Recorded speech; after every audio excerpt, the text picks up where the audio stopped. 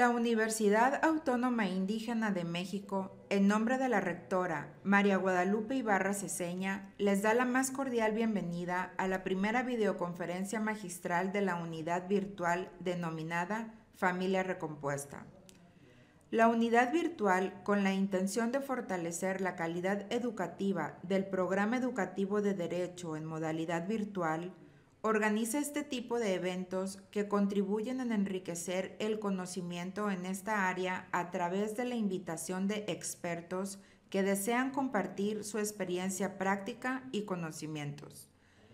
En esta ocasión me permito presentarles al magistrado Claudio Raimundo Gámez Perea, licenciado en Derecho por la Universidad Nacional Autónoma de México, con estudios de posgrado en la Universidad Complutense de Madrid, España, con vasta experiencia académica siendo catedrático en la Facultad de Derechos y Ciencias Sociales de la Universidad Autónoma de Sinaloa a nivel licenciatura y posgrado por más de 3 décadas.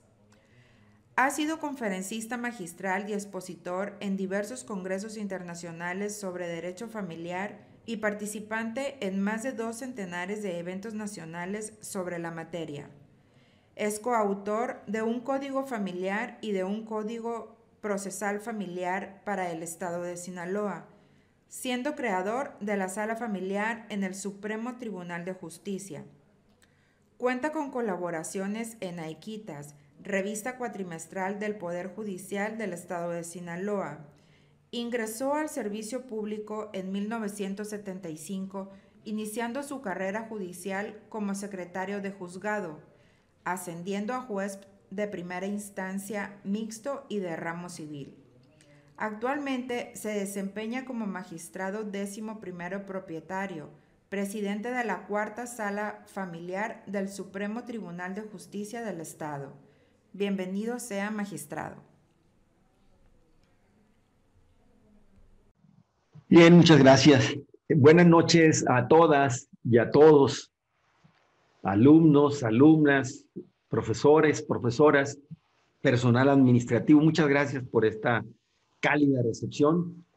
Y espero corresponder a la confianza de la compañera licenciada Mayumi Morichige. Pues voy a tocar un tema que realmente quienes conocen a su servidor, soy ave de tempestades, siempre me gusta crear polémica, me gusta tocar temas que sean progresistas, que sean revolucionarios y que sobre todo muevan la conciencia de todas y de todos, porque al fin del camino lo que buscamos es que la sociedad avance. Si el derecho como producto social lo empezamos a formar a través de opiniones entre ustedes y así impulsamos que los órganos legislativos nos den pues normas que sean adecuadas a estos tiempos que estamos viviendo, porque estos son los tiempos que nos ha tocado vivir, no otros. Bueno, hoy hablaré de lo que es y la Corte, la Suprema Corte de Justicia de la Nación, la verdad de que hizo muy bien en resolver que el concepto de familia no era jurídico, sino que era social. Esto significa pues que conforme va avanzando el aculturamiento en un grupo humano como es la sociedad, lógicamente los modelos, las formas familiares van evolucionando y van cambiando. Bueno, les voy a hablar de la familia que en otras latitudes les llaman recompuestas, familias ensambladas, familias mezcladas, familia combinada, segunda familia, nueva familia, etcétera, etcétera. Para nosotros, cuando estábamos ahí echando a perder cosas en el tema del Código de Familia, el Código Familiar para el Estado de Sinaloa, hace unos 25 años que se propuso, aunque tenga vigencia desde el 2013, el Código Familiar y el Código de Procedimientos Familiares para el Estado de Sinaloa, esta legislación especial, se había propuesto durante 14 años anteriores a que entrara o iniciara su vigencia. Ya proponíamos temas así, como les decía, un poquito de avanzada, la maternidad subrogada y también lo que es la familia recompuesta. Voy a explicar.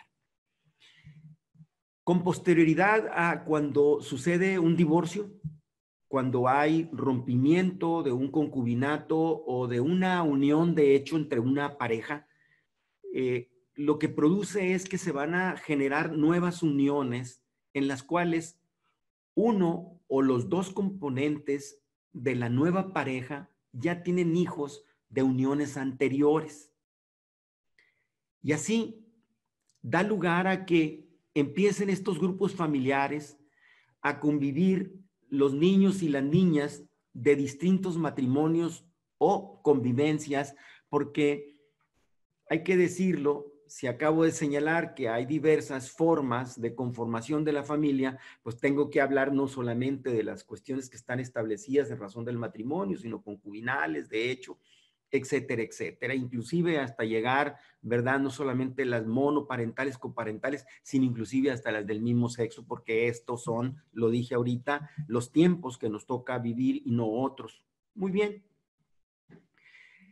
Si sabemos, y esto porque solamente recibo lo que dicen los expertos conductuales, léase sociólogos, psicólogos, antropólogos, que en estos nuevos grupos familiares en las que esa nueva familia, esa nueva pareja, ya tuvo hijos de anteriores uniones, tenemos que empezar, dicen los expertos de la conducta, tenemos que atender estas convivencias que, si bien es cierto, forman unos vínculos muy fuertes, las mismas están plagadas de antagonismos y divergencias.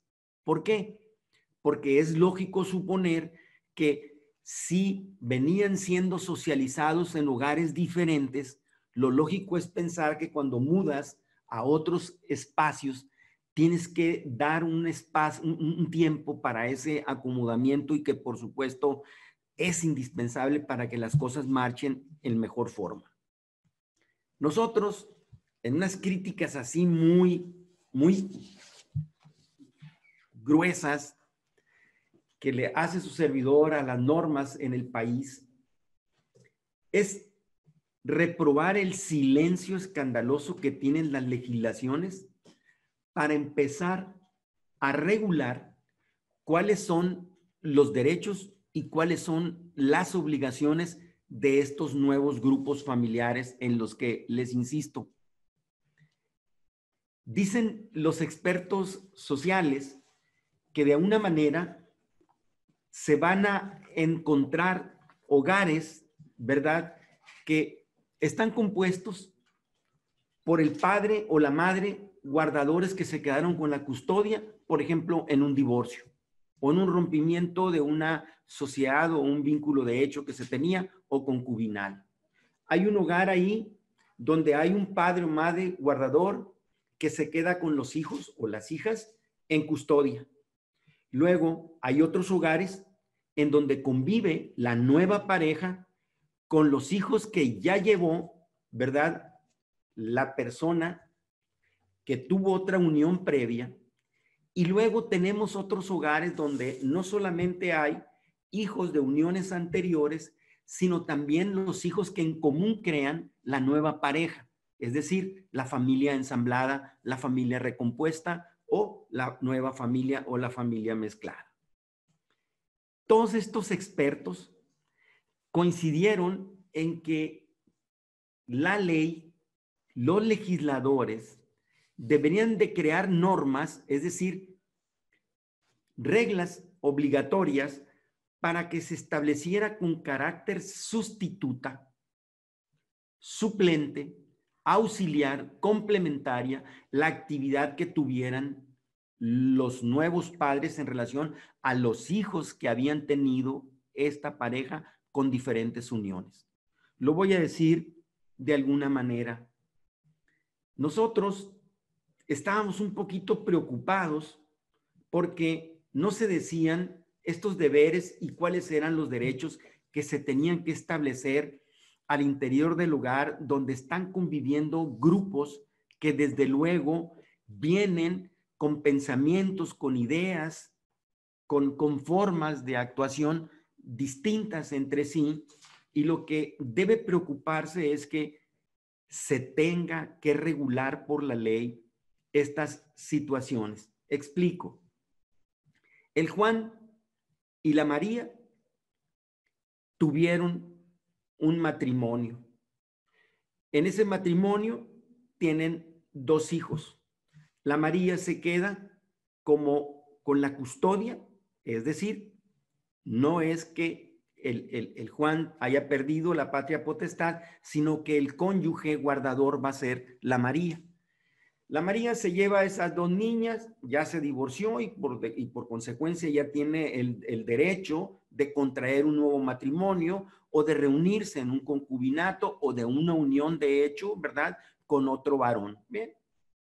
Se casa posteriormente al año, ¿verdad?, con el Pedro, y resulta que los 2 hijos que tuvo la María con el Juan, sí, los lleva al hogar ahora con el nuevo consorte que es Pedro.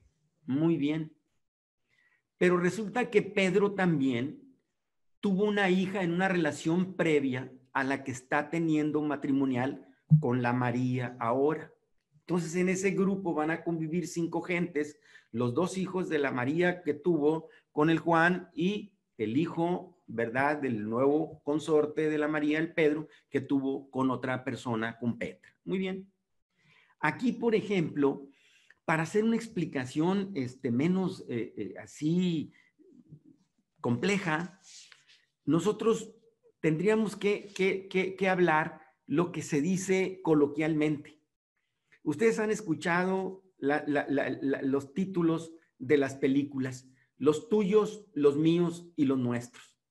En ese hogar que acabo de mencionar, donde la María, ahora casada con Pedro, que tuvo una relación previa con Juan y que se divorció, resulta que crean hijos en común y ahora resulta que ahí hay 3 formas diferentes de hijos que han sido procreados en lazos y en uniones diferentes. Lo que decían las películas, los tuyos, los míos y los nuestros.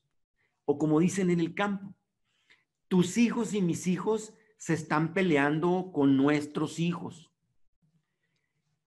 Quiero explicar que este nuevo hogar ensamblado, ¿sí?, o familia recompuesta, como nosotros en el Código Familiar, en el artículo 387, así lo ubicamos, pues desde luego que en el derecho inglés, ellos le llaman step family, ¿verdad? Step father, step mother, y nosotros en el artículo 387 del Código Familiar, ustedes perfectamente podrán ver que ahí hablamos de lo que es una familia recompuesta.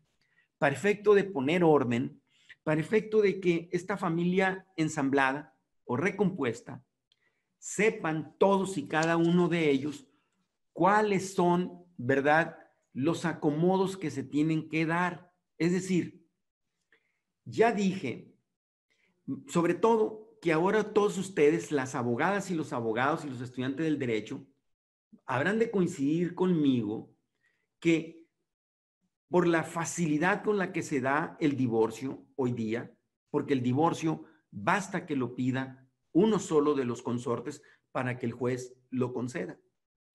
Esto significa, incluso, lo digo aquí, que en las legislaciones, en las codificaciones civiles o familiares, en donde exista lo que nosotros en Sinaloa le llamábamos hasta antes del 2013, divorcio contencioso o divorcio necesario, pues, ¿sí? Porque había divorcio mutuo consentimiento, donde los 2 consortes estaban de acuerdo, en 2 o en una audiencia se decretaba el divorcio. Y el divorcio contencioso que teníamos antes del 2013, en la que había 18 fracciones con más de 30 causales, en las que un consorte debería demandar al otro, por una conducta que había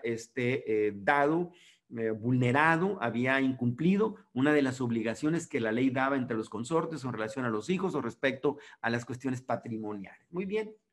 Pero ¿qué pasa del 2013 para acá en Sinaloa y en 14 estados de la República Mexicana que ya tienen el divorcio sin expresión de causa? El divorcio sin expresión de causa precisamente significa que no tienes por qué decirle a la jueza o a la señora jueza o el señor juez por qué estás pidiendo que decrete el divorcio unilateralmente o por voluntad de uno solo de ellos. Porque se ha establecido por la Corte que este tipo de divorcio es totalmente constitucional. Esto es de que está dentro de los parámetros, ¿verdad? En el que, si bien es cierto, lo que se trata de proteger es el libre desarrollo de la personalidad, esto es, la dignidad del ser humano, esto es, que si dos voluntades se requerían para que hubiese matrimonio, pues cuando ya no hay esas dos voluntades coincidiendo, no tiene ninguna razón lógica, ningún objeto que siga subsistiendo un matrimonio en condiciones en lo que único que se despliega así con toda intensidad es la violencia, es el incumplimiento de los deberes que se tiene para los esposos, para los hijos, entre los esposos, entre los hijos y en relación a los bienes. Bien, nosotros ahora, con base en el divorcio unilateral, pues prácticamente va a ser imposible, vamos, corrijo, va a ser un poco más difícil que un niño o una niña llegue hasta estado de adultez, sí, con los mismos padres biológicos, porque realmente las condiciones para terminar con el vínculo matrimonial, pues ahora son sencillamente muy fáciles. Basta el pedimento para que se pueda otorgar, entregar el decreto, el auto definitivo donde el juez o la señora jueza diga que se están divorciados y que desde luego quedan en aptitud de contraer uno nuevo. E incluso los códigos civiles y familiares de la República Mexicana que todavía traigan el divorcio contencioso en el que hay que acreditar causales, dijo la Corte que es inconstitucional, es decir, que no le puedes exigir que acredite una causa de divorcio o aunque no la acredite, el juzgador queda obligado a decretar el divorcio porque de lo contrario iría contra lo que es el libre desarrollo de la personalidad. Nosotros, este acreditamiento de causales en los divorcios necesarios en varios estados de la República que está, pues desde luego que ya con esto la facilidad o se pavimente el camino para que los niños, o sea, y las niñas, pues lógicamente ya no, o vamos, se le da más facilidad a papá o a mamá una vez divorciados que contraigan nuevo matrimonio o sin contraer un nuevo matrimonio, se unan en concubinato, ¿verdad? Que el concubinato, pues lo sabemos entre todos ustedes, mejor que servidores, que tienen que llevar una convivencia como si fuesen marido y mujer, sin tener ningún impedimento para contraer matrimonio, esta pareja, por más de 2 años, es decir, no estar casados, ¿verdad? No tener ese parentesco de consanguinidad tan cercano, etcétera, etcétera. No tener ningún impedimento para casarse, mayor de 2 años, públicamente se ve que hay una convivencia como marido y mujer, eso es un concubinato, o si no se tiene los 2 años de convivencia, el nacimiento del primer hijo elimina los 2 años. Nace a los 7 u los 8 meses del primer hijo de esa pareja en automático, sin tener, insisto, impedimentos para contraer matrimonio, en automático se establece una unión concubinal. Bueno, les decía que nosotros lo veíamos de una manera así un poco clara al momento de estar ahí metiéndose entre todos aquellos abogados y abogadas y estudiosos y académicos que ayudaron a confeccionar lo que es el Código de Familia. Bueno, veíamos qué tenemos que hacer para que este silencio de la norma, de la ley, que no está estableciendo derechos y obligaciones de las familias recompuestas. O sea, ahí donde se conjugan esos hogares, donde hay hijos de uniones anteriores, ahí donde hacen hijos en común, ¿verdad? Los tuyos, los míos y los nuestros. El tema es que como los chicos que están en una casa no tienen el don de la ubicuidad, si el padre biológico del niño que está ahora con el padre social o el padre afín, ahorita lo voy a explicar, vive en Tijuana el tema es de que quién impone las reglas al interior del lugar, los roles de entrada, de salida de la casa, la cooperación, etcétera, etcétera. La ley, en absoluto, los códigos de la República Mexicana, la mayoría del 98%, no dicen absolutamente nada. Y me voy a referir a que el 387 del Código Familiar le faltan cuestiones que ahorita en el desarrollo de la plática, espero no cansarlos, porque su servidor es automático, el tema es que lo echen a andar y el problema va a ser pararme. Bueno, les decía que primero, ¿qué hacemos en ese lugar en donde primero las dificultades que tuvieron los niños de un cambio de un domicilio hacia otro? ¿Cuáles son la combinación de los lenguajes, los comportamientos y los modos de vida que cada uno de esos niños y uniones diferentes, sus planes, es decir, sus formas de pensar y de actuar o de querer conseguir las cosas, si no hay ley que lo diga? Toda esta inseguridad crispa y pone tenso a los convivientes. Por eso se hace necesario que las ciencias de la conducta intervinieran para poner un orden en esta familia recompuesta. Fíjense ustedes, cómo mutan, cómo cambian de organizaciones familiares. Por ejemplo, el Juan, ¿sí? Y la María, que estaban casados, muy bien. Familia, ¿verdad? Lo que era la familia intacta, la familia original. Se divorcian. La María, antes de casarse, ya está en la monoparentalidad. Ella tiene al solo niño, está solo. Luego se vuelve a unir y vuelve otra vez se vuelve a casar, como decía con el Pedro, ya crea otra vez la familia recompuesta.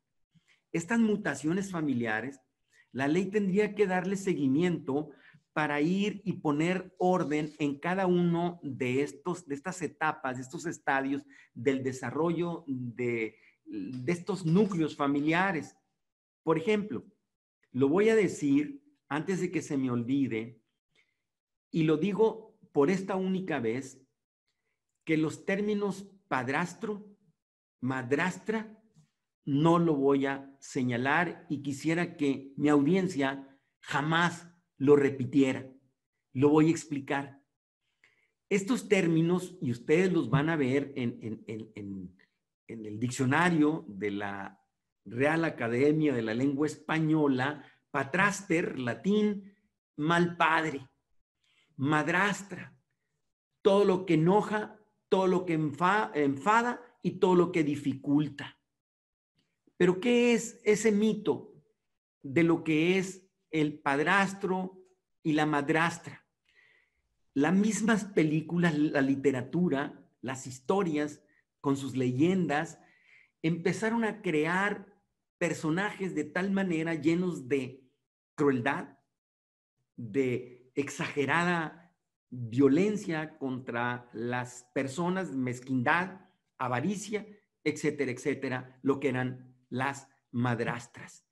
Pero nunca reparábamos que esos mitos, cualquier mito, siempre está provocado, hecho y financiado, ampliado por una cuestión ideológica que lo sostiene. ¿Por qué ir en contra de una familia ensamblada o una familia recompuesta o la nueva o la segunda oportunidad de la María y del Juan? Sencillamente porque había un principio que creían que era un sacramento, la sacralización del matrimonio y además su indisolubilidad, que el matrimonio no se podía disolver. Con base en esas creencias que existieron hasta 1914, cuando Carranza sacó la ley del divorcio vincular y la ley sobre relaciones familiares de 1917, que definió al matrimonio como la sociedad legítima de un hombre y una mujer con lazo disoluble, a contrario de lo que decían los códigos del 1870 y 1884, que decían que era sociedad legítima de un hombre y una mujer con lazo indisoluble. Estos mitos, pues, siempre tienen un sustento o una gasolina que hace andar esos motores y mantiene los mitos. ¿Qué quiero decir en relación, pues, a este tratamiento de que debemos quitar de nuestro lenguaje lo de padrastro y madrastra. Ciertamente, nosotros tendremos que recuperar y tenemos en el artículo 200, lo voy a decir de la manera más clara que pueda, en el artículo 200 del Código Familiar, todos sabemos, los abogados y las abogadas, sabemos perfectamente que no hay más que 2 parentescos en Sinaloa. Había 3 tipos de parentescos. Había. ¿Cuáles eran? El parentesco de consanguinidad, el conjunto de personas que descienden unas de otras o que reconocen un tronco o progenitor común, con sangre. 2, el parentesco de afinidad, que es al que me voy a referir con más precisión más adelante, es el que se establece por razón del matrimonio o del concubinato entre el esposo o el concubino y los parientes de la esposa o de la concubina. Y al revés, los parientes de la esposa o de la concubina con el esposo o el concubino. Es decir, no es que sean parientes los esposos, sino que los familiares de ellos se relacionan y forman lo que se llama parentesco de afinidad. Entonces, volviendo al ejemplo del Juan y de la María, que tuvieron un niño, pero resulta que la María se casa con Pedro, la hija de la María, ¿sí? Es hija afín del Pedro. El que ejerce la patria potestad sigue siendo el Juan, porque el hecho de que se case, de que contraiga en una segunda nupcia, lo dice el 382 del Código Familiar, no pierde por ese hecho de casarse. Si se hubiese casado con otra vez el Juan, no pierde la patria potestad por esas segundas nupcias. Luego, en relación al Pedro, dice que el nuevo cónyuge de la María, ¿sí?, no ejerce la patria potestad sobre los hijos del matrimonio anterior. O sea que el Pedro no ejerce ninguna, no tiene ningún derecho, ninguna facultad, o sea, no tiene el ejercicio de la patria potestad en relación a la hija que la María tuvo con el Juan. Sin embargo, tenemos que identificar que la niña, la hija del Juan y de la María, ya cuando su madre, la María, está casada con el Pedro, la niña es hija afín del Pedro.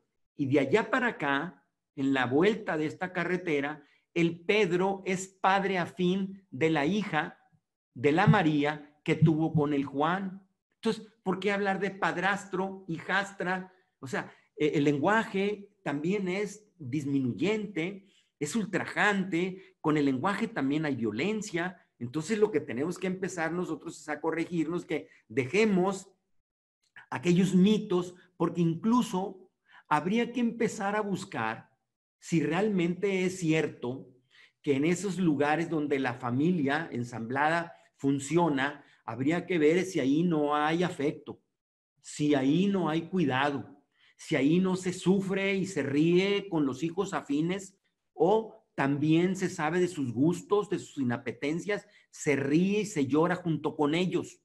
Es decir, que ese mito de la madrastra, como incluso hay un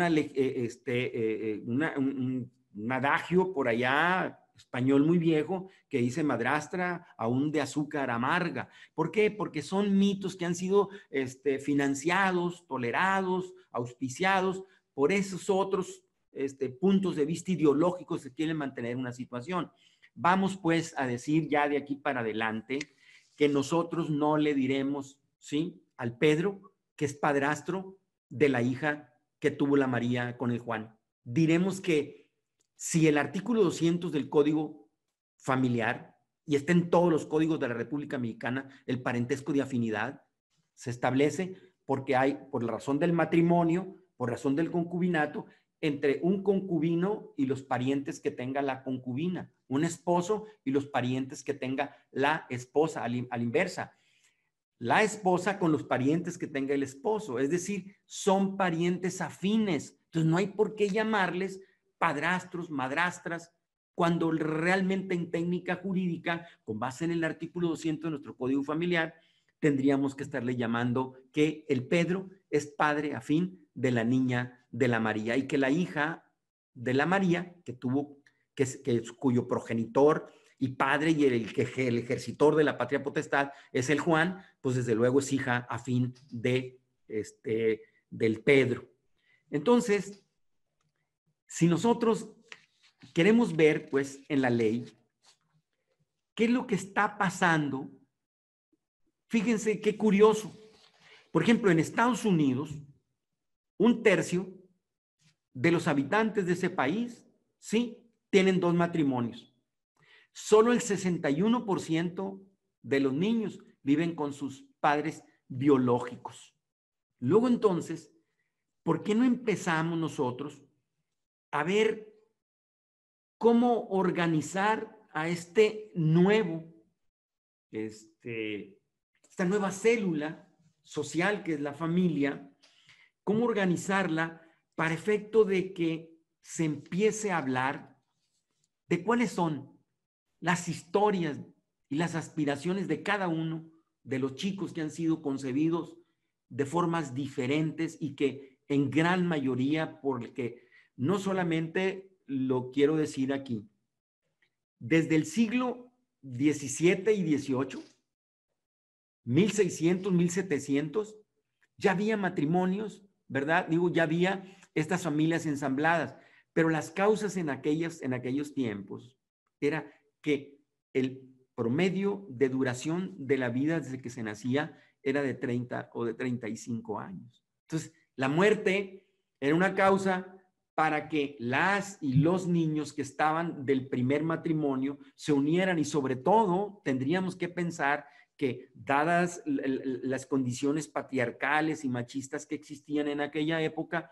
una viuda sobre todo era siempre observada, es decir, acosada socialmente, porque no estaba bajo la autoridad de un padre, o se casaba o se iba a donde estaba el padre, efecto de que estuviera y no diera ejemplos distorsionantes. Pero ¿qué es lo que pasa a estas fechas? No es la muerte de alguno de los consortes, sino las grandes transformaciones económicas que producen una miseria absoluta en los hogares de nuestro país. En segundo lugar, las facilidades que hay ahora para obtener el divorcio. Todo esto, pues, como causa generadora de las familias recompuestas o familias ensambladas, tendríamos que empezar a ver, ¿no? Por ejemplo, todos saben de las películas y de lo que escriben los grandes autores de que en Europa, por ejemplo, Francia, Alemania, Holanda, Suecia, pues en los últimos 30 años tienen el 38% ya de familias ensambladas o familias mezcladas o familias combinadas o como le llaman en otros países segundas familias o como le llama el derecho inglés, step family. Muy bien. Las altas tasas de divorcialidad, por ejemplo, a nivel Latinoamérica, Colombia tiene el 55%, ¿sí?, de los matrimonios terminaron en divorcio. Puerto Rico, al igual que por acá andamos nosotros, de cada 3 matrimonios, 1 termina en divorcio. Entonces, bajo estas condiciones, si todos sabemos que ya hay formas familiares, que conocemos amigos y amigas que tienen, ¿verdad?, estas uniones, porque la segunda oportunidad, que también le llaman así a veces esta familia ensamblada o familia recompuesta, nosotros, insisto, le llamamos familia recompuesta en el 387, en el artículo 387 del Código Familiar. Muy bien, nosotros estábamos pensando que por qué ese silencio de la ley, por qué no quitarles, ¿verdad?, esa etiqueta de extraños a los padres afines, a las madres afines, porque ya puedo utilizar el término padres afines o padres sociales, ¿verdad? De que, dadas las condiciones de que, insisto, por ejemplo, en el ejemplo que sigo manejando, pues fíjate que curiosamente el Juan vive en Tijuana, ¿sí? La María, que está casada con el nuevo consorte, que es Pedro, vive en Culiacán, y entonces la niña, pues vive en Culiacán. El tema es que, si bien es cierto, el Juan ejerce la patria potestad, el tema es que el cuidador, el que está en contacto directo con la niña es el padre afín llamado Pedro, que es el nuevo esposo de la María. Fíjense, nosotros creíamos que ya habíamos solucionado cuando se metió en el 387 el tema, decimos en este artículo 387, concretamente hay un parrafito que lo van a ver ustedes, que dice ahí, y lo leo textualmente, que los padres afines, los padres biológicos, perdón, no deberán trastocar las prevenciones que en el hogar acuerden los padres afines, con miras pues a cumplir los roles obviamente indispensables para la sana convivencia. Y el hecho de que tú, Pedro, le des alimentos a la hija de la María, eso no significa que discriminarás con un beneficio mayor a los hijos en común que hagas con la María, porque está prohibido por el artículo 2 de la Convención Internacional sobre los Derechos del Niño y prohibido también por la parte final del artículo 387. Pero nos quedamos cortos. ¿Por qué nos quedamos cortos? Bien, lo explico rápidamente. Ya la diputada María Victoria Sánchez Peña ya hizo una propuesta de iniciativa para reformar este 387. ¿Con qué objeto? Bueno, la idea es de que los padres afines, el Pedro, ¿se acuerdan? Fíjense como ya no le dije, ¿verdad? El Pedro, ¿sí? Sea considerado como un tutor. Nosotros en el 418 del Código Familiar dice perfectamente que los sistemas DIF, por ejemplo, todas las instituciones de asistencia social, públicas o privadas, todos los chicos, niñas que le lleguen ahí, en automático, el DIF, por ejemplo, es el tutor, es decir, el que representará y acompañará en juicio y fuera de él al niño que ha sido acogido ahí. Bueno, utilizando el símil, ¿por qué no replicamos que en el ejemplo el Pedro sea tutor? Insisto y lo voy a decir con mayor énfasis. No se trata de sustituir las obligaciones que tiene el biológico Juan, el progenitor, el que ejerce la patria potestad. El tema es que a esos niños se le tiene que proteger, y niñas, el interés superior. ¿Qué significa? Que tenemos que darle en todas las etapas del desarrollo que va a tener todo el ejercicio pleno de los derechos y que siempre sean en beneficio de este o de estas.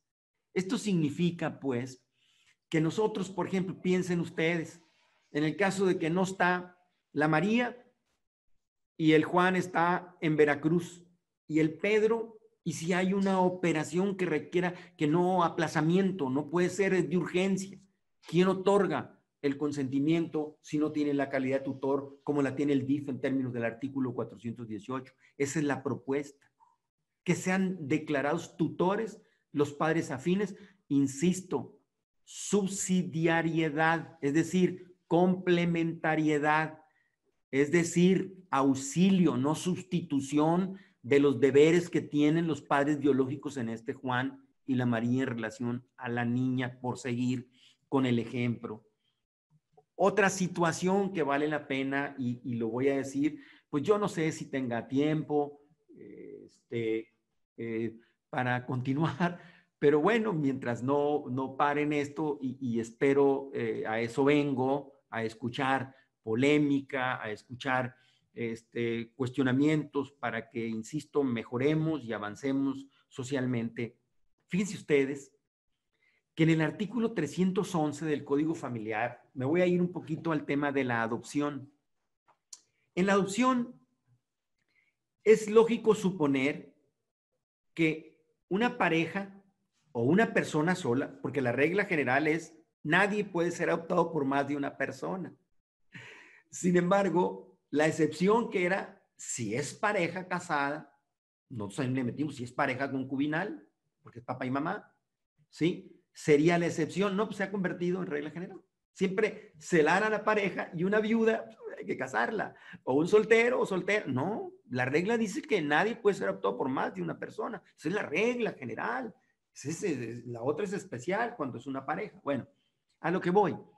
El tema es que solo se pueden adoptar niños y niñas, ¿sí? O sea, personas menores de edad, o si son mayores de edad, necesita que sean incapaces del 311. Bueno, pero ¿qué sucede? Llegan, platican con el grupo de profesores y gente que estaba ayudando con la cuestión del código familiar. Y oye, fíjate que ahí hay un doctor que se casó con una señora y las chiquitas tenían 3 y 4 años. Y ahora una se acaba de graduar como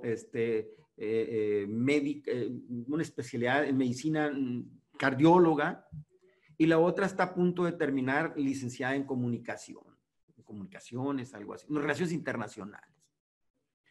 Tienen 23 y 22 años respectivamente.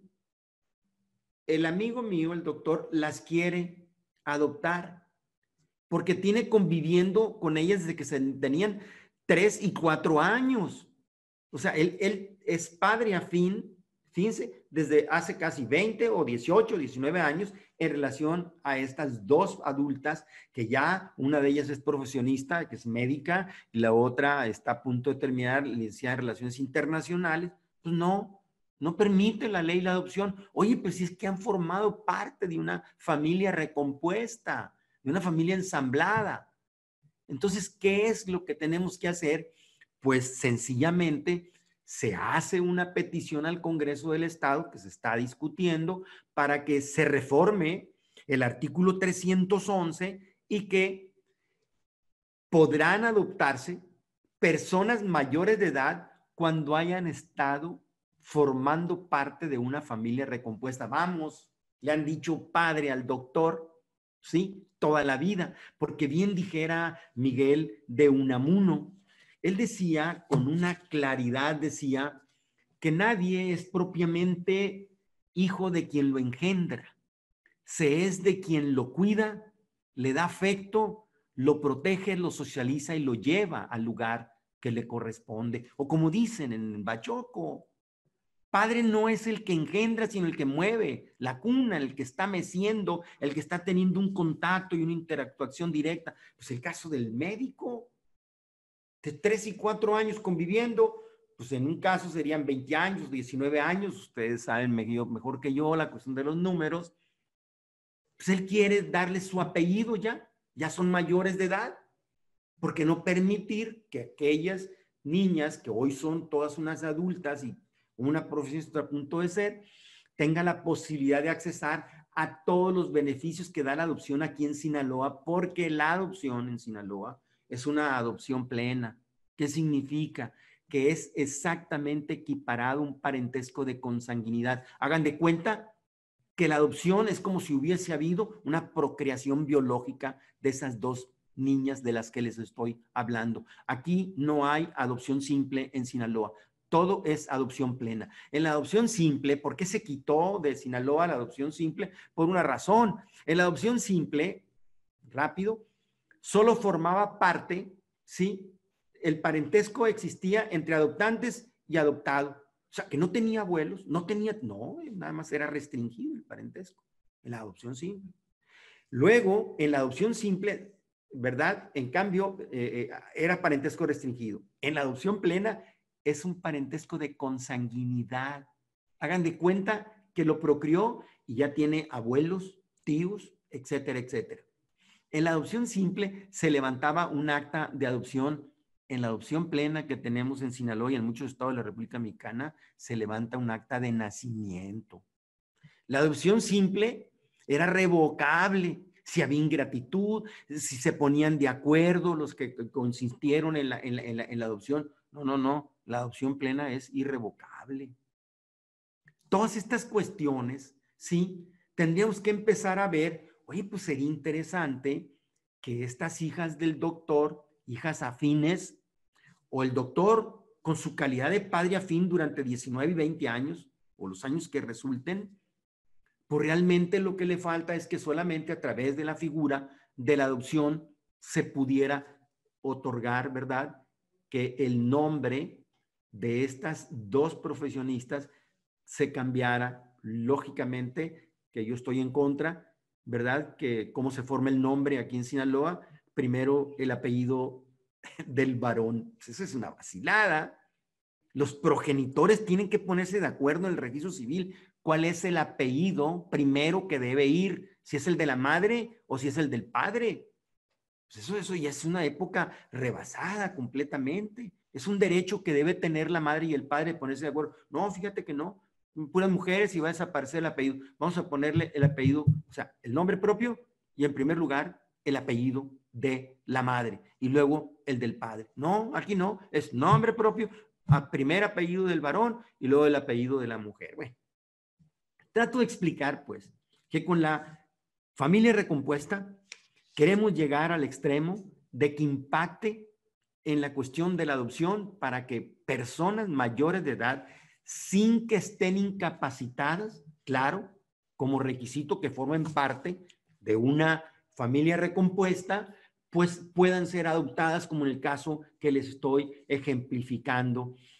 Les quiero decir que esto nosotros lo habíamos llevado un poquito muy lejos, pero queriendo irnos despacio, decíamos que en la cuestión de los alimentos, ¿sí? En algunos países, por ejemplo, en Inglaterra y en otros países, los padres afines están obligados a dar alimentos, ¿sí? Aquí no. Aquí lo que pudiéramos llegar a alcanzar una discusión, bueno, que sí den alimentos, siempre y cuando se acredite lo que siempre he sostenido, porque si no queremos sustituir las obligaciones del padre biológico, pues no le demos sencillamente la obligación así de entrada al padre afín, porque eso puede ser un elemento que no le permita a aquella que quiere contraer un matrimonio cuando tiene una hija, en el caso de la María, porque ya entonces el Pedro empezaría a ver de lado, claro, viéndolos del punto de vista de nobleza que tiene Pedro, que diga, yo me caso contigo, aunque venga la niña y eso sería magnífico, pero el tema es que no todos piensan iguales, pero trato de explicar, alimentos, muy bien, que los alimentos fueran con carácter subsidiario, es decir, está ausente, está en Tijuana, el Juan, o en Veracruz, no sé dónde anda ya, ni he dicho, ni me acuerdo dónde dije, y el tema es de que el interés superior del niño dice que necesita los nutrientes orgánicos, la comida, el vestido, el calzado, la habitación, la asistencia médica, la educación, etcétera, etcétera. Bueno, pues que los dé con la obligación o con el derecho de repetir en contra del Juan. Sin embargo, habría que llevársela despacio para saber si de entrada, así, prima facie, como dicen los elegantes, se tendría que poner o imponer la obligación al padre afín de dar alimentos a la hija afín. Entonces, pues, yo creo que tenemos que empezar a olvidar esas cuestiones de las madres y padres afines llamadas así de una manera muy violenta, descarnada, como que acabo de decir que dije, no lo voy a repetir, sin percatarnos que esa fantasía ha sido superada por la realidad. Todos conocemos hogares, ¿verdad?, donde esas disquisiciones, esos malos pensamientos, pues desde luego hay gente que ha cumplido mejor, los padres y madres afines, que los padres y madres biológicos. Eso tendremos que entenderlo. Entonces, en el caso de lo que señalo, nosotros debemos de buscar, me voy a ir de una manera más rápida, en el sentido, para dar tiempo de que ustedes me puedan cuestionar y preguntar, pues de que si esas obligaciones que deban de tener los padres afines, o sea, ¿cómo quitamos las crispaciones, esas tensiones que se dan de carácter muy posesivo, o porque hay ciertas inclinaciones, ciertas tendencias de favorecimientos al interior del hogar? ¿Cómo podemos conducirlas de tal manera que esa familia recompuesta dé una mejor socialización a todos los niños y las niñas? O sea, sean los de la anterior unión que hayan tenido los dos nuevos integrantes de la pareja, los hijos en comunes, es decir, no puede haber diferencia porque estaría conculcándose, atacándose, vulnerándose el artículo 2 de la Convención sobre los Derechos del Niño. Yo les quisiera señalar de que el desequilibrio que dicen los expertos conductuales es porque se integran pues con pensamientos diferentes y desde luego, claro, esas inseguridades de saber, oye, perdí mi privacidad, perdí mi espacio, ¿dónde lo tenía? Vengo a un nuevo hogar, todos los celos, los chantajes sentimentales, son crispaciones en el que a nadie le asegura el espacio donde debe de moverse. No saben qué está permitido y qué está prohibido. Por eso ocupamos que el derecho se meta de una manera más completa, más absoluta, para efecto de ir regulando estas formas familiares que, insisto, el camino está pavimentado para efecto de que se pueda dar con mayor facilidad el rompimiento de un matrimonio y en automático eso abona para que se den con una mayor exactitud o mayor presencia las nuevas familias. Todos los expertos, soy un plumaje, ¿cómo se llama?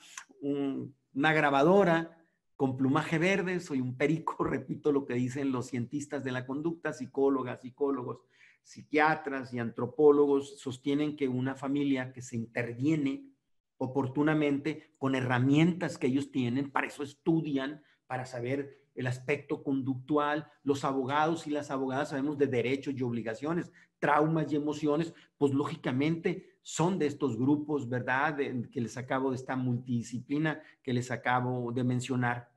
Si les enseñamos cómo resolver esas diferencias, si la ley empieza a marcar senderos para que caminen estas nuevas formas familiares, creo que podemos nosotros tener un poquito de tranquilidad social con todo este mundo de problemas que realmente nos aquejan: asesinatos, secuestros, violaciones, incumplimientos de la ley. Es un ambiente que realmente no nos beneficia, pero nos perjudica de una manera más fuerte el hecho de que se esté ignorando y que se crea que son seres fantasmales los padres y las madres afines que están cumpliendo en muchas de las veces mejor los roles que nos tocaba a los padres o progenitores biológicos. Gracias por su atención y estoy a su disposición. Muchas gracias, magistrado Claudio Gámez Perea. Bueno, iniciamos con la sección de preguntas y respuestas. Las personas que quieran preguntar algo, pueden levantar la mano. Ahí en el mismo sistema está una opción donde pueden levantar la mano para que les activen el micrófono y los podamos escuchar.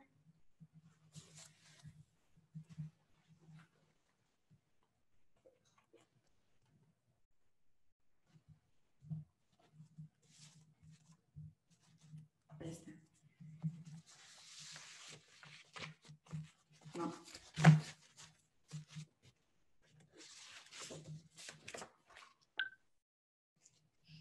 ¿Sí se escucha? Sí, adelante. Licenciado, buenas noches. Yo tengo una pregunta. Nos hablaba del artículo 387 sobre la afinidad, sobre las familias recompuestas, y nos dice que en el artículo 200 se adquiere parentesco por afinidad con los hijos del cónyuge que se contrae en nupcias. Sin embargo, si nos vamos más allá, el artículo 205 del Código Familiar nos marca que el derecho de los alimentos es una prerrogativa derivada del parentesco.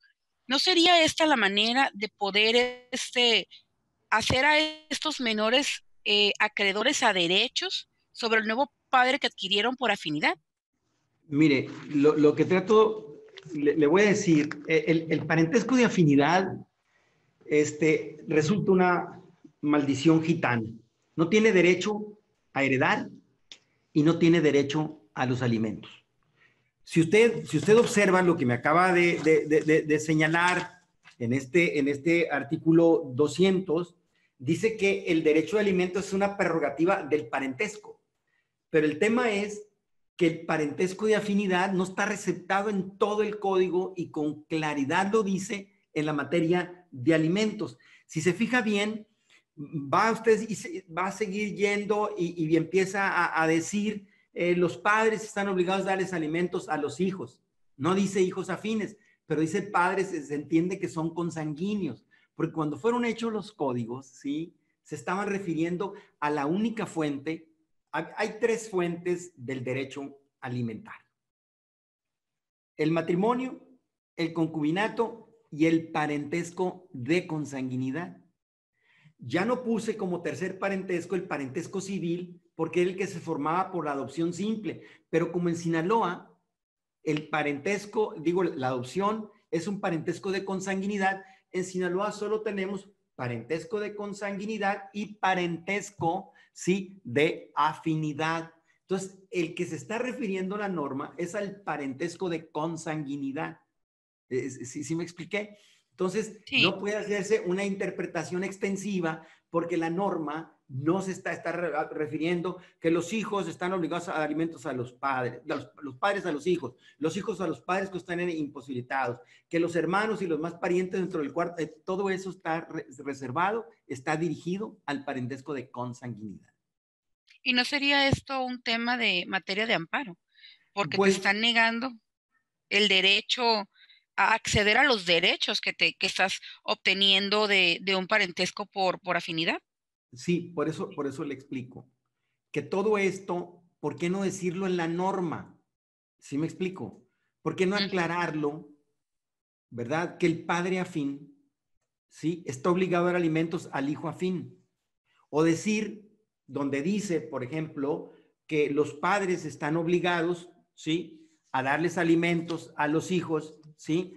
Hacer una mención abajo que se refiere tanto a los consanguíneos como a los afines. O decir que el parentesco de consanguinidad y el de afinidad tienen los mismos derechos, ¿verdad? Y las mismas obligaciones. Fíjense, para que no hubiera esas confusiones, nosotros pusimos en el artículo 174 y 179 del código la cuestión del concubinato y del matrimonio.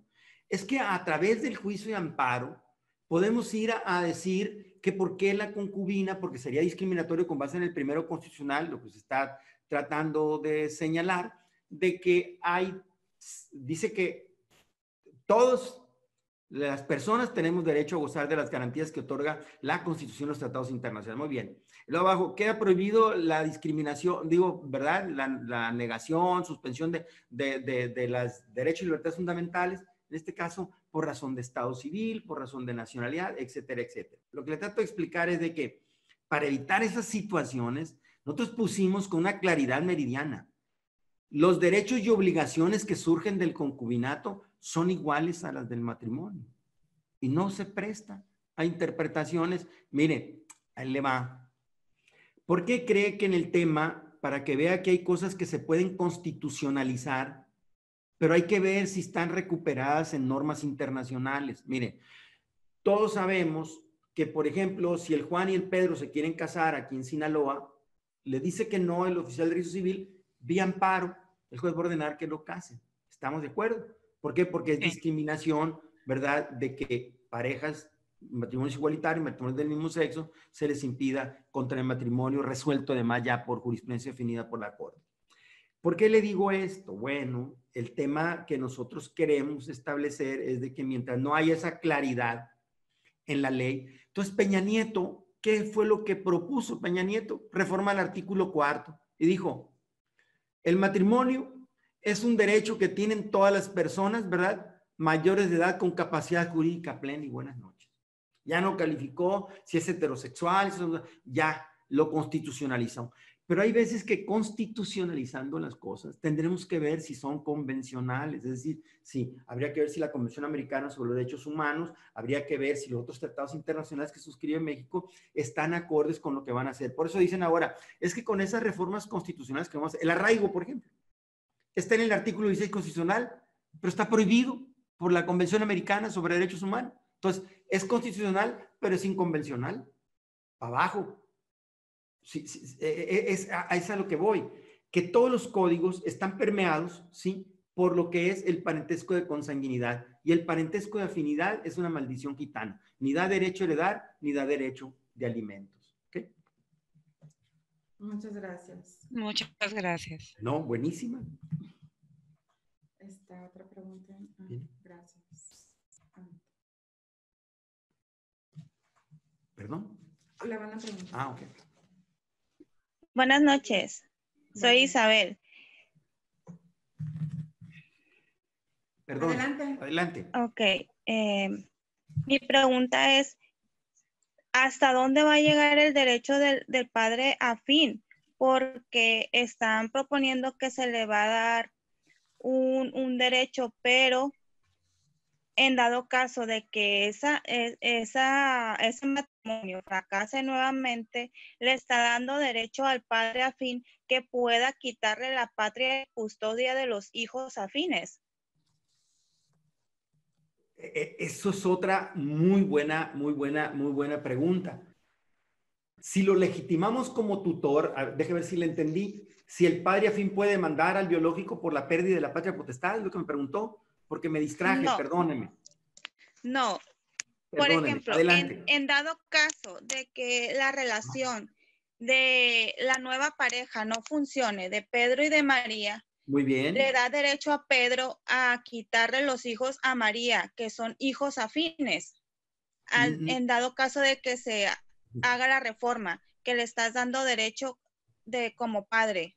Muy bien. Le dije que por el hecho de que contraiga segundas nupcias, en este caso sería María, el Juan no pierde la patria potestad. El tema es de que si le diéramos la calidad de tutor al Pedro, el Pedro en representación y en protección de la niña, la hija de María, pudiera demandar por la pérdida de la patria potestad, pero por el abandono, va a demandar al Juan que está en Veracruz y que no ha pagado alimentos por más de 3 meses, habiendo una sentencia que establece el monto de la pensión alimentaria.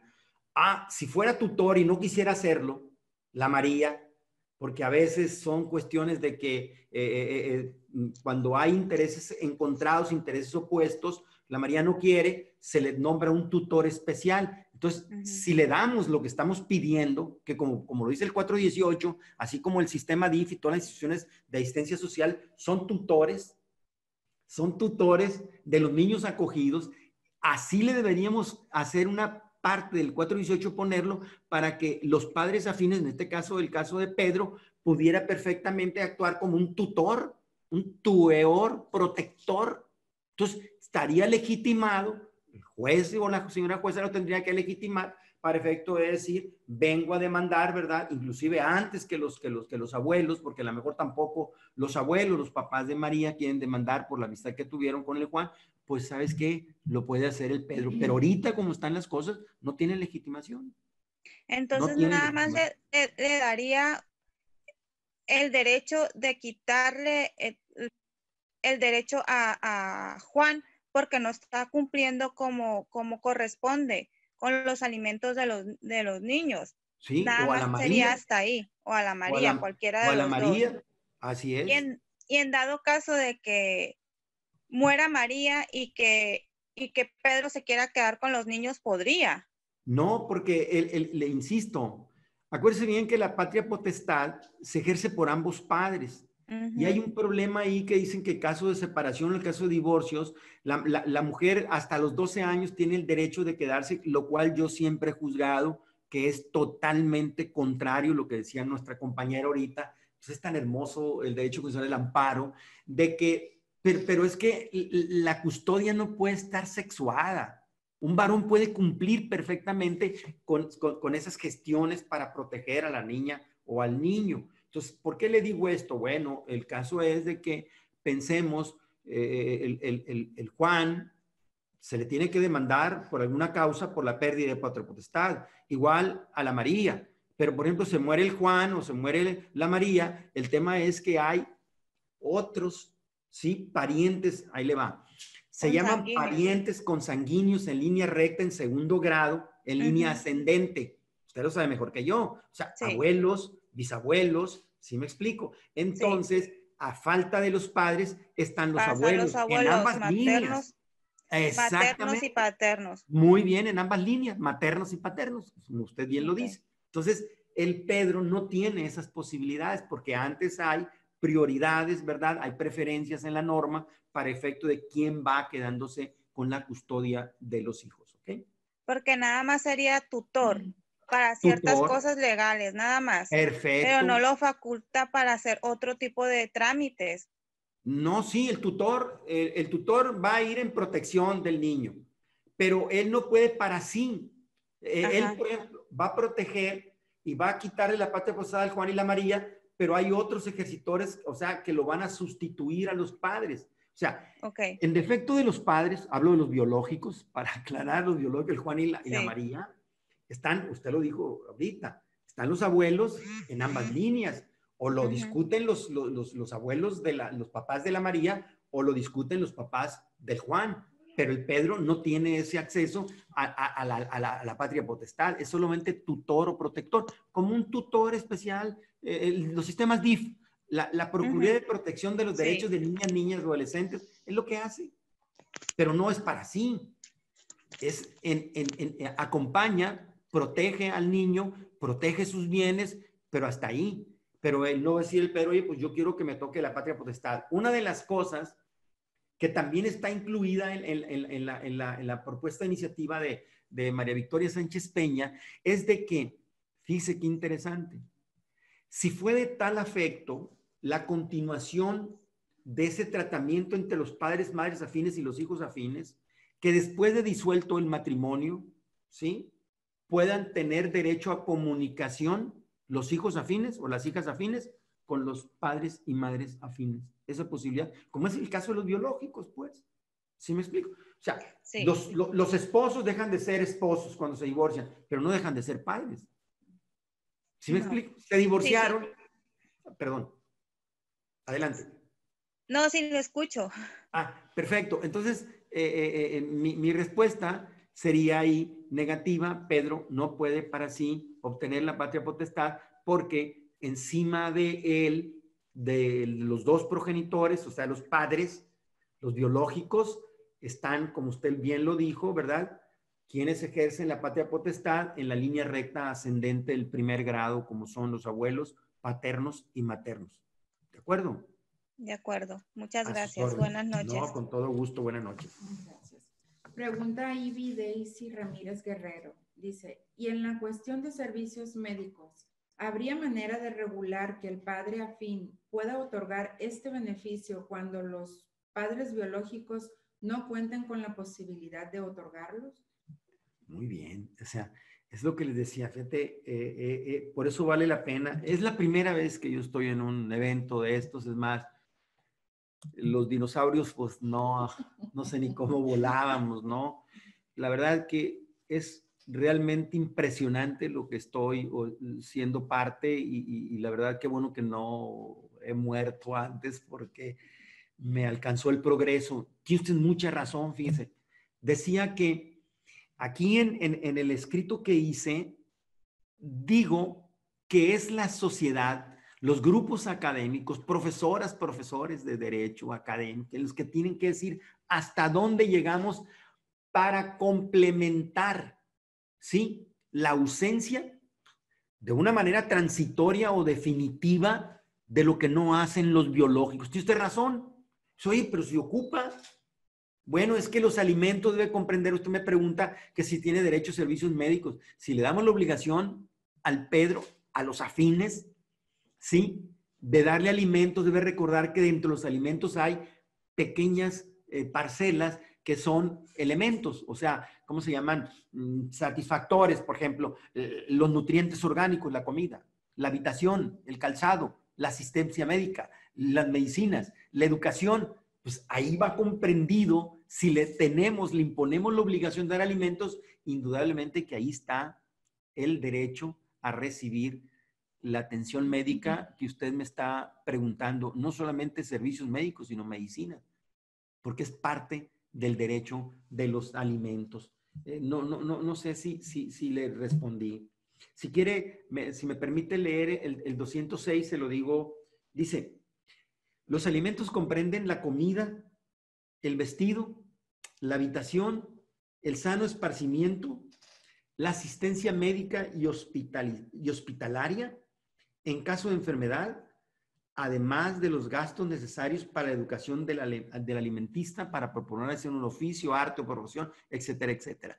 Dentro de los alimentos estaría comprendido esa cuestión de los servicios médicos que usted me dice, obligadamente.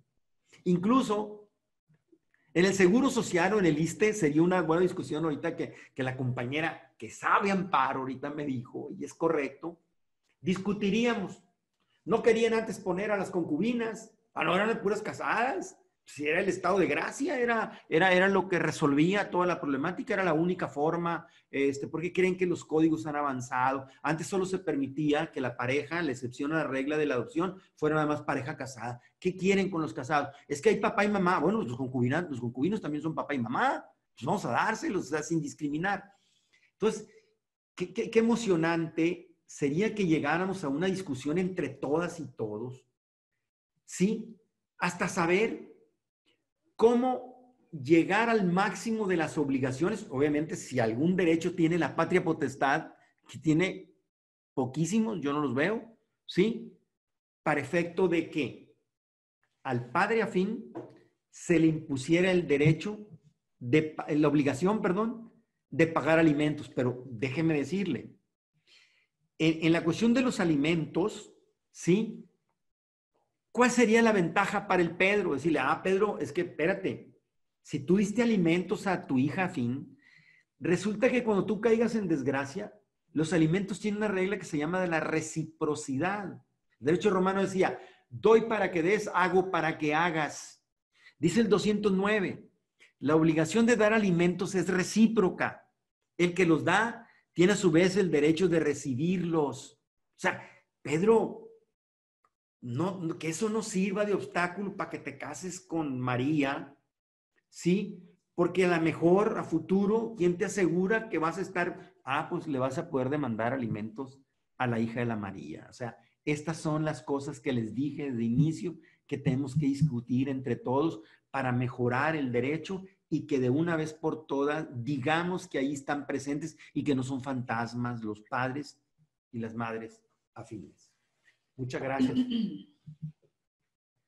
José González, ¿qué estatus guarda la iniciativa de reforma del Código Familiar en el artículo 418 que mencionó para otorgar al padre afín la posible tutoría?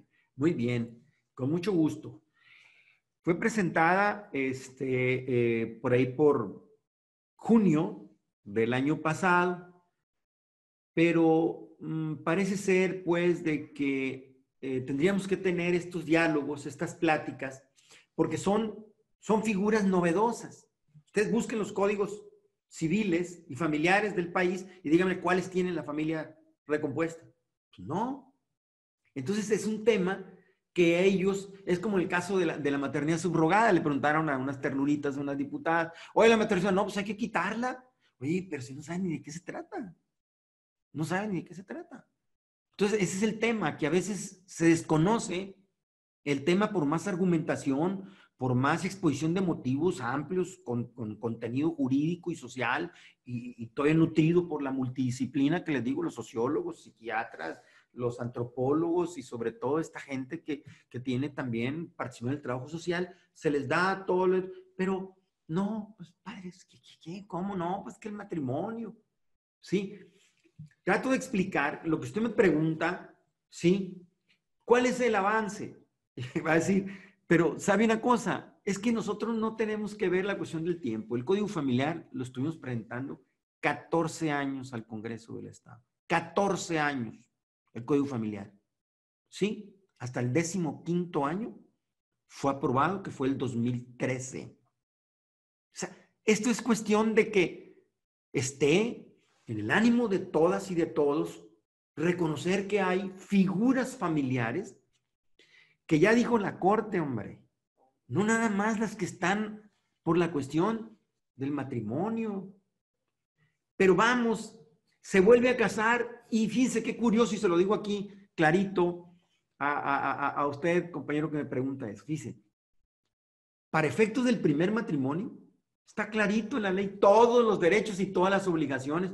Ah, pero no así para el segundo y para el tercero. ¿Qué es lo que estamos discutiendo? Oye, si se casó, es familia recompuesta, pues vamos a entrarle, así como lo tienes para el primer matrimonio, pues vamos a los siguientes. Entonces, a mí me parece claro, sí es importante de que nosotros empecemos a buscar que ese 418, así como le decimos a los sistemas DIF, si me permiten, para efecto de que no vean de que a mis alumnos que torturé durante 34 años, que afortunadamente me corrieron ellos, fíjense que yo les decía, dice la ley. ¿Por qué? Porque yo no me responsabilizo si dice la ley. Le leo lo que dice el 418. La ley coloca a los expósitos y abandonados. O sea, oye, estos cuates que hicieron el código están locos. No, es que son dos cosas diferentes. Un expósito, un niño expósito, es un niño que no se sabe su origen, no se sabe quiénes son sus padres. O sea que es diferente al abandonado, sí, por eso aquí dice, la ley coloca a los expósitos y abandonados. Bueno, ya me dijo que los expósitos no se sabe quiénes son sus padres, no se sabe su origen, es un niño desconocido también. Los abandonados sí se sabe quiénes son sus padres, nomás que incumplen con sus obligaciones, sus deberes que tienen conforme a la ley. Entonces son dos, sí, son dos López diferentes. Estos niños, dice, los expósitos y abandonados, los coloca bajo la tutela de la persona que los haya acogido, quien tendrá las facultades y restricciones previstas para los tutores, lo que yo te decía del Pedro. O sea, ¿qué es lo que hace un tutor? Y ya dice ahí, las responsables de las casas de asistencia, sean públicas o privadas, cuando reciban expósitos o abandonados, pues nomás le dan vista al Ministerio Público porque puede haber un delito. Pero sin que le discierne el cargo el juez, sin que le llame el juez, le diga, oye, espérate, tienes que firmar. No. Ya en automático, desde el acogimiento, ellos ya están actuando como protectores, porque tutor viene tueor. Protector quiere decir, ¿a quién proteges? Pues al niño o a la niña, porque el interés superior mandata que tienes que proteger la integridad física del chico o de la niña.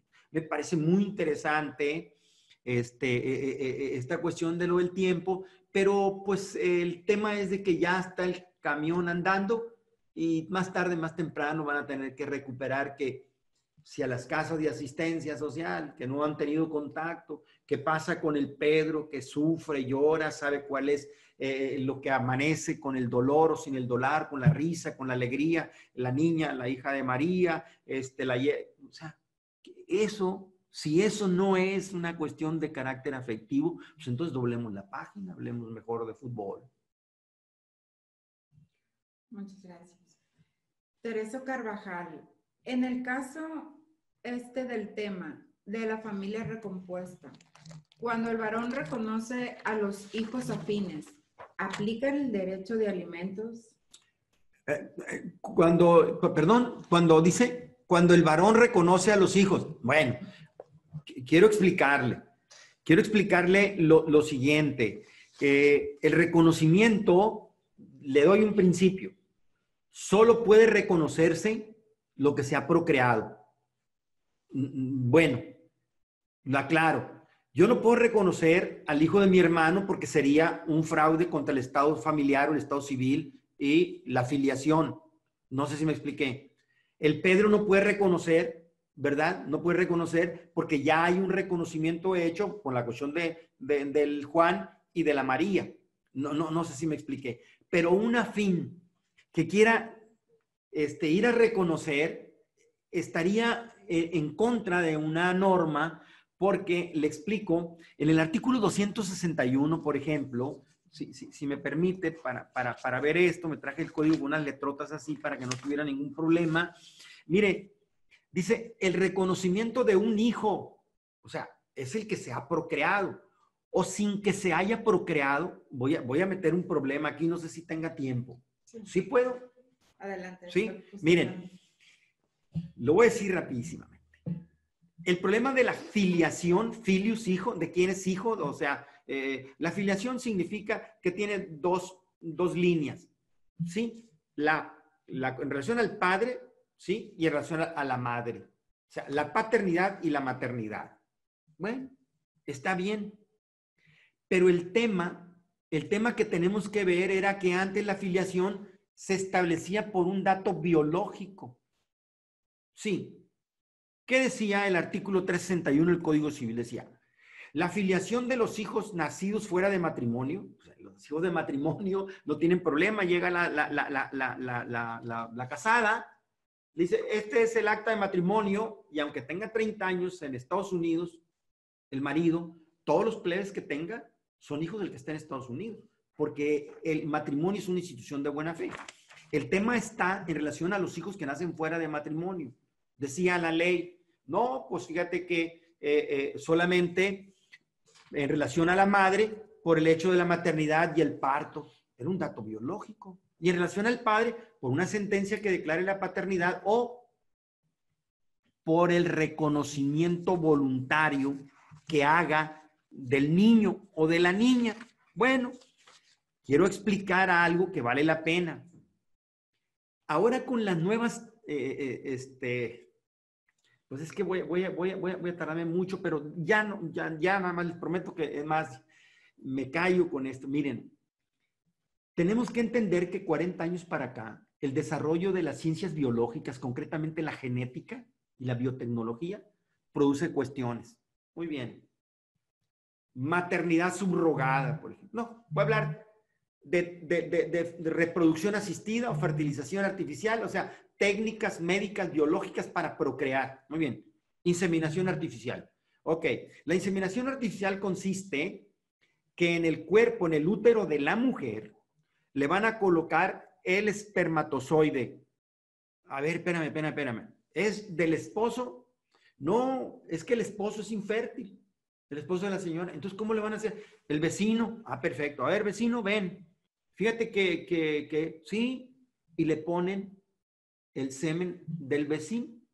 Nace el niño y luego, obviamente, en la convención que hicieron, en el acuerdo que hicieron, el esposo de la señora infértil le dice, bueno, yo admito y reconozco que tu donación es sencillamente sin el ánimo de lo que es la voluntad procreacional.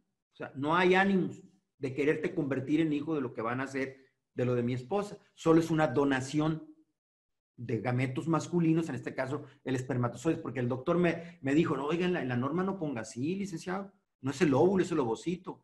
No es el semen, no, es el espermatozoide. Perfecto, pues todo se ha hecho con la multidisciplina. Entonces, ¿qué pasó? Que a la larga la señora va a querer demandar la cuestión de la contradicción de la paternidad en virtud de que su esposo no tiene un vínculo genético. Ah, o sea que hay veces, sí, se van complicando todas estas cosas de tal manera, sí, pero la teoría de la voluntad procreacional que dio el esposo, en decir que consentía en la inseminación artificial y firmaron, y el otro es un donador, y nosotros en el 198 decimos que la donación de células germinales, la donación no produce ningún vínculo de parentalidad. ¿Qué significa? Pues yo te doné y hasta ahí yo no tengo nada que ver. No, tú no eres el padre. ¿Por qué le digo esto? Bueno, la madre lo pare. Sí, el tema es que ahora ya el tema ya es jurídico.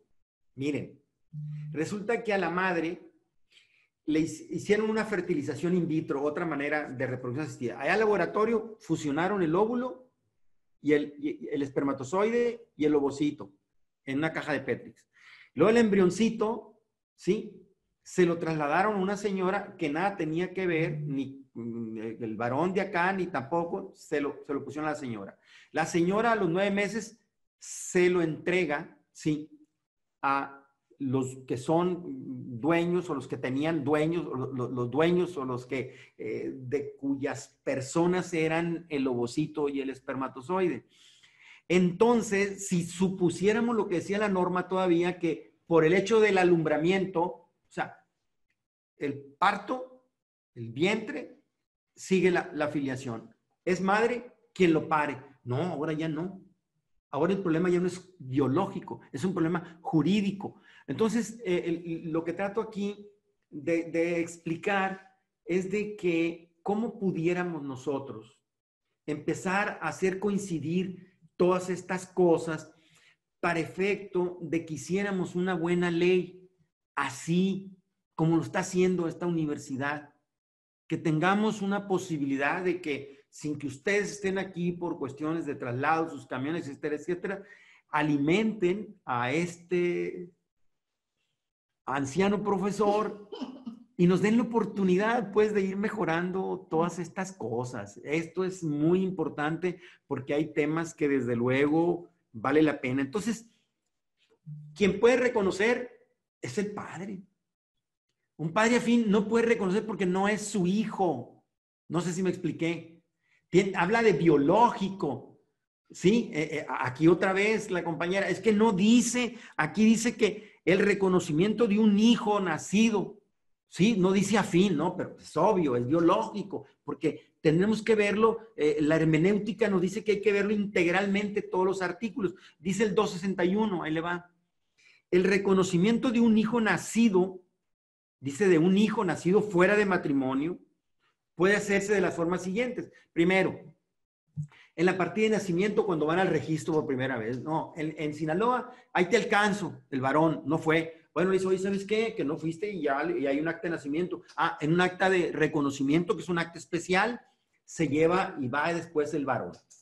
3, lo puede hacer en una escritura pública, lo puede hacer por testamento o lo puede hacer en una confesión judicial ante un juzgado.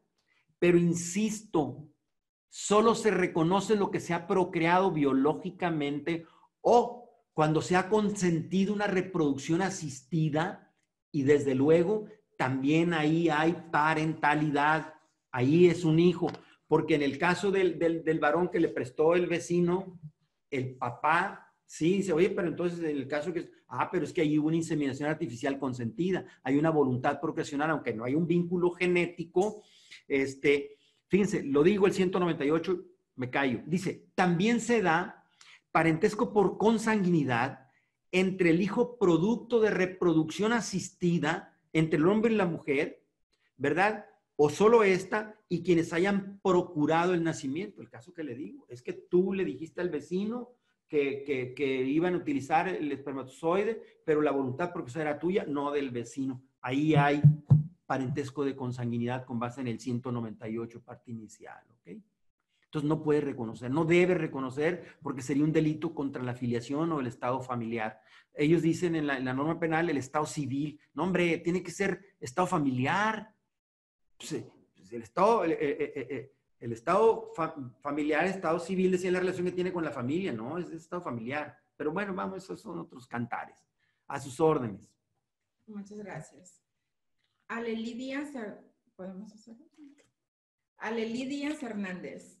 En relación al artículo en mención 418, respecto de la tutela de la persona que acoge a un menor expósito, ¿a qué se refieren las restricciones mencionadas? Si me permite un momento. Arriba dicen los nombres de las personas. Ok. Por si quieres terminar. Sí. Bueno, es que si nos trasladáramos a la institución de la tutela, que es otra figura familiar, por ejemplo, el tutor no puede comprometer los bienes de los niños. El tutor, mientras no se aprueben las cuentas de la tutela, no se puede casar. Esas son restricciones que están en la norma jurídica, de que esas restricciones son para todos los tutores y, por supuesto, para las instituciones de asistencia social. Esto se lo explico. A esas restricciones se refieren de que los tutores, no porque sean los representantes, pueden disponer de la persona y bienes de los niños. No, oye, es que yo soy el tutor, yo le manejo y me voy a casar. Espérate, no se han aprobado las cuentas de la tutela. No te puedes casar. Esas son restricciones, compañera. Limitaciones. ¿Ok?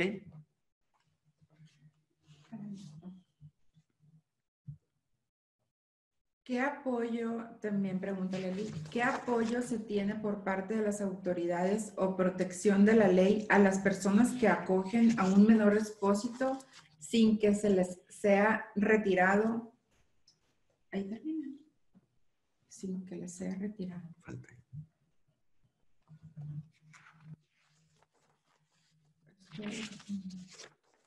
¿Qué apoyo se tiene por parte de las autoridades? ¿No se le puede preguntar? Aleli, ¿puedes confirmarnos tu pregunta, por favor?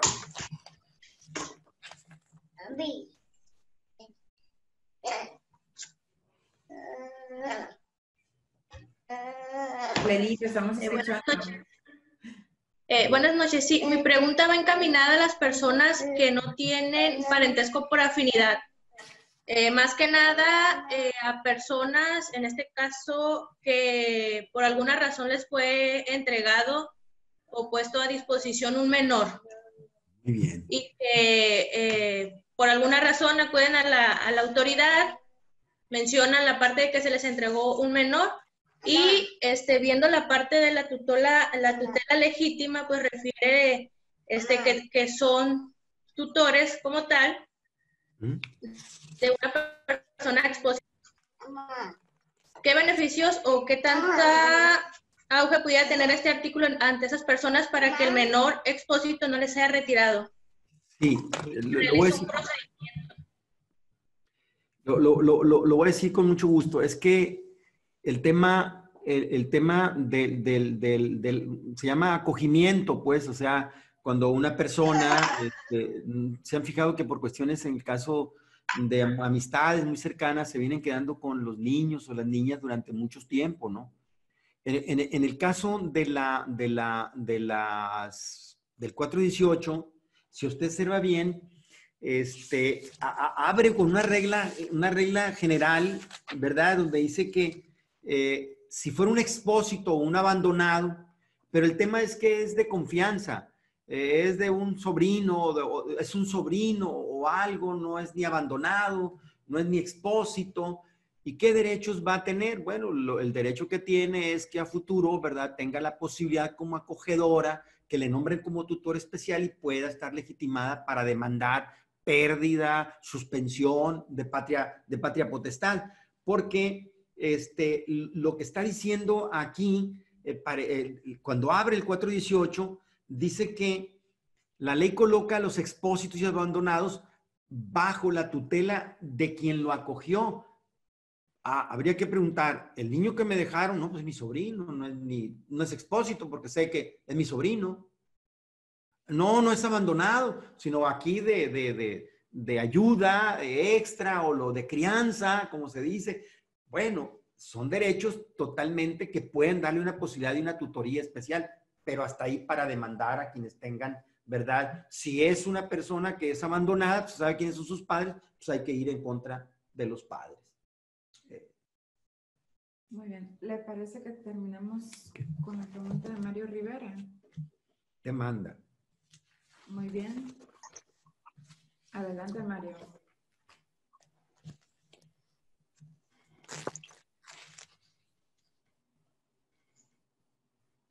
Sí, Mario, te escuchamos.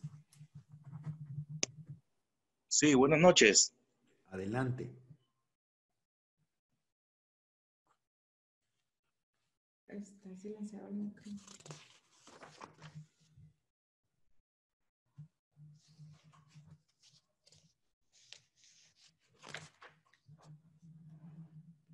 ¿Y puedo hablar? Sí, lo están escuchando. A otra gente, bueno, sí, nomás para los que estaban ahorita del tutor, que cuáles son las restricciones, pudieran leer artículos 457, ¿verdad? Lo 465, ¿verdad? Que no puede transigir, las ventas tienen que ser con autorización del juez. Luego en el 468 le dice un catálogo, dice que el tutor no puede aceptar para sí a título gratuito u oneroso cesión de algún derecho o crédito contra su incapacitado.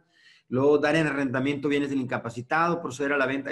Todas estas restricciones vienen desde ahí del 459 al 474 del Código Familiar. Son las restricciones a las que se refiere el 418 en la parte final. Es que tutores, estas son sus prohibiciones, estas son sus restricciones y corre para todas y todos. Eso es. Muy bien. Adelante, Mario. Ya estamos con la última pregunta.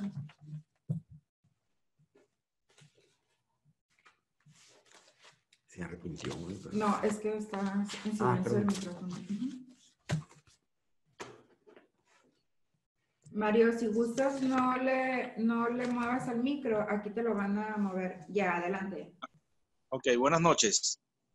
Bueno. Mire, una pregunta.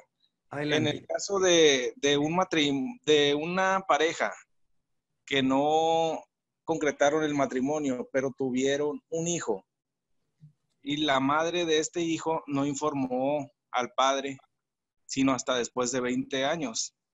Ahí, ¿qué delitos está cometiendo la madre y si el padre tiene todavía derecho a reconocer la paternidad de ese hijo? Muy bien, mire, qué interesante. Esta es la figura de la filiación, pues, o sea, y curiosamente, un padre que se preocupe por establecer su filiación es un caso que habría que festejarlo. Acuérdense que el sinaloense dice para no estar comprometido cuando resulte la bola, ¿no? Por regla general siempre se demanda investigación de la paternidad y no de la maternidad. El varón casi pocos somos dados a reconocer. Ahí el tema es de que lo que tiene que verse, le voy a explicar. La ley dice que se llama derecho de identidad. Si alguien tiene a su mano una constitución, en el artículo 4 constitucional, párrafo 8 de la Constitución Política de los Estados Unidos Mexicanos, y en el artículo 7 de la Convención sobre los Derechos del Niño habla sobre el derecho de identidad. ¿Qué es el derecho de identidad? El derecho de identidad es aquel derecho que tiene todo niño o niña para en cuanto se dé su nacimiento, sea inscrito en el registro civil, tenga un nombre, una nacionalidad y ser cuidado por sus padres. Muy bien. El tema es, dice usted, ¿qué interés tiene el padre cuando ya sabe que es mayor de 18 años y que en automático la patria potestad se ha extinguido por la mayoría de edad? Es un buen padre entonces. Es que se preocupa porque quiere tener, bueno, debe recordar el derecho de identidad que le acabo de mencionar, dice la Suprema Corte, de que la identidad tiene condiciones o características psicológicas, de salud mental, porque a través de saber cuál es nuestra fuente, de dónde provenimos, de dónde venimos, dónde está nuestra historia, qué es lo que nos precedió, nos permite completar un psiquismo y sobre todo en materia de enfermedades saber qué enfermedades tiene mi padre para saber si los voy a padecer, porque la genética es obviamente algo que nos va a cobrar más tarde o más temprano factura, porque fue un transporte de rasgos que tal cual van a ser hereditarios. Muy bien. Entonces quiere decir que yo puedo demandar, sí, que se reconozca. Por ejemplo, ¿y qué le parece si la señora esta, de la que usted me está hablando, obviamente sé que es otra pareja, esta señora, un varón diferente al padre biológico lo reconoció? Bueno, pues tiene que demandar la contradicción de paternidad. ¿Por qué? Porque se está reconociendo lo que no es su hijo biológico, o que sin que haya vínculo genético participó y dio su consentimiento para que hubiera una reproducción asistida, inseminación artificial o fertilización in vitro. No, no hay nada de esto, fíjate que no. Ah, bueno, entonces le voy a dar un dato. Si fuera al revés, que el muchacho demanda al varón por la investigación de la paternidad. Le voy a leer un artículo 303. O sea, se la voy a poner y con esto me callo. Ya los enfadé, pero ¿para qué me invitan? Yo se los he dicho toda la vida. Miren, les dije que era automático. Miren, vamos a imaginar que el hijo del que usted me está hablando, este muchacho de 19 años de edad, ¿sí?, va a demandar a Pancho Pistolas, que es el pretendido padre, presunto padre de este muchacho de 19 años. Muy bien. Hay una regla general, que es la única que me he aprendido, que dice que todas las acciones, ojo, de investigación de paternidad o maternidad, porque el chico quiere saber quién es su padre, en este caso, ¿sí?, solo pueden intentarse en vida de los padres. O sea, bueno, esa es la regla general. Pero como dice la abogacía, y lo dice la norma, las reglas generales tienen excepciones.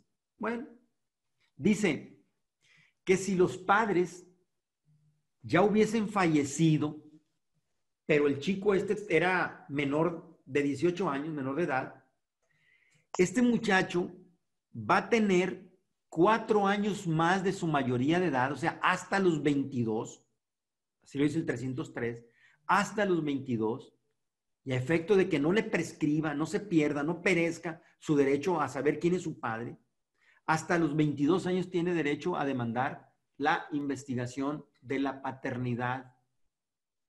O sea, que entonces, pero déjenme explicar, pensemos que una de 30 años demanda, voy a complicar las cosas. Una niña de 30 años, una señora de 30 quiere demandar a un padre. No, pues fíjate, dice la ley que si tus padres están en vida, puedes demandar. No, se murieron. Pero ¿y por qué no demandaste? Tenías hasta los 22, pero tengo 30. No le hace. Nosotros pusimos una excepción en el Código Familiar. La de 30 años, ahorita le hablé que tenía hasta 22 años, va a demandar, pero solo va a dar mérito, o sea, ¿qué es lo que va a resolver el juzgado? Va a decir que esta niña es hija del Pancho Pistolas, perdón. Va a demandar al Pancho Pistolas. Muy bien.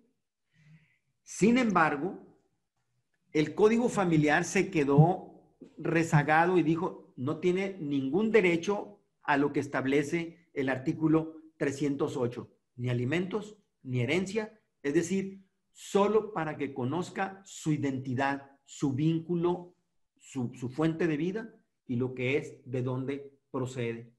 Sin embargo, la Corte ha avanzado en estos últimos 2-3 años y ha sacado tesis de que la de 30 años sí pudiera tener derecho a alimentos si sus condiciones lo exigen. O sea que Sinaloa, el Código Familiar, no demandaste a los 22, pero si demandaste hasta los 22 tienes derecho a todo, herencia, alimentos, etcétera, etcétera.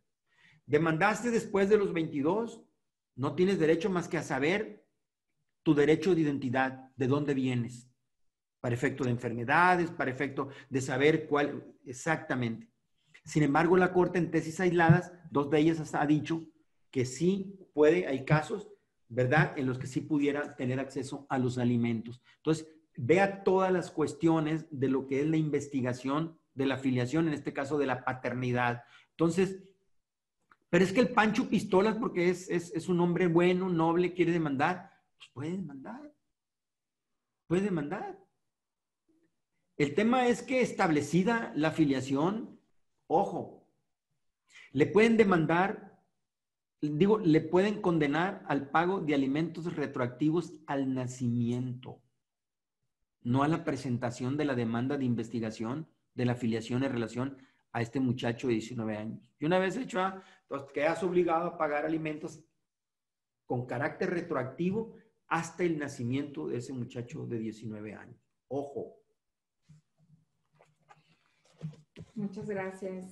Agradecemos la contribución en el conocimiento de la comunidad universitaria de licenciatura en Derecho. De manera significativa, hacemos la entrega del presente reconocimiento a nombre de nuestra rectora, la doctora María Guadalupe Ibarra Ceseña, y el director general de la unidad virtual, doctor José Emilio Sánchez García. Muchas gracias. Textual. Gracias. Gracias. ¿Nos paramos o no? Sí. La Universidad Autónoma Indígena de México otorga el presente reconocimiento al magistrado Claudio Raimundo Gámez Perea por haber impartido la conferencia magistral Familia Recompuesta, llevada a cabo el día 7 de febrero de 2020, realizada mediante el sistema de videoconferencia de la unidad virtual. Los Mochis, Ahome, Sinaloa, febrero de 2020. Atentamente, toda la gente, todos los pueblos. Doctora María Guadalupe Ibarra Ceseña, rectora, y doctor José Emilio Sánchez García, director general de la unidad virtual. Muchas gracias. Gracias, hermano. complace. Gracias, compañero doctor, qué amable, ¿eh? Hombre, son muy gentiles. Si me permite, nos comenta Jesús Alejandro Pérez de Reyesa. Muchas gracias por su tiempo hacia nosotros. Esperemos nos pueda enriquecer con sus conocimientos. Muchas gracias a todos. Buenas noches. Buenas noches a todos. A todos y a todas. Buenas noches.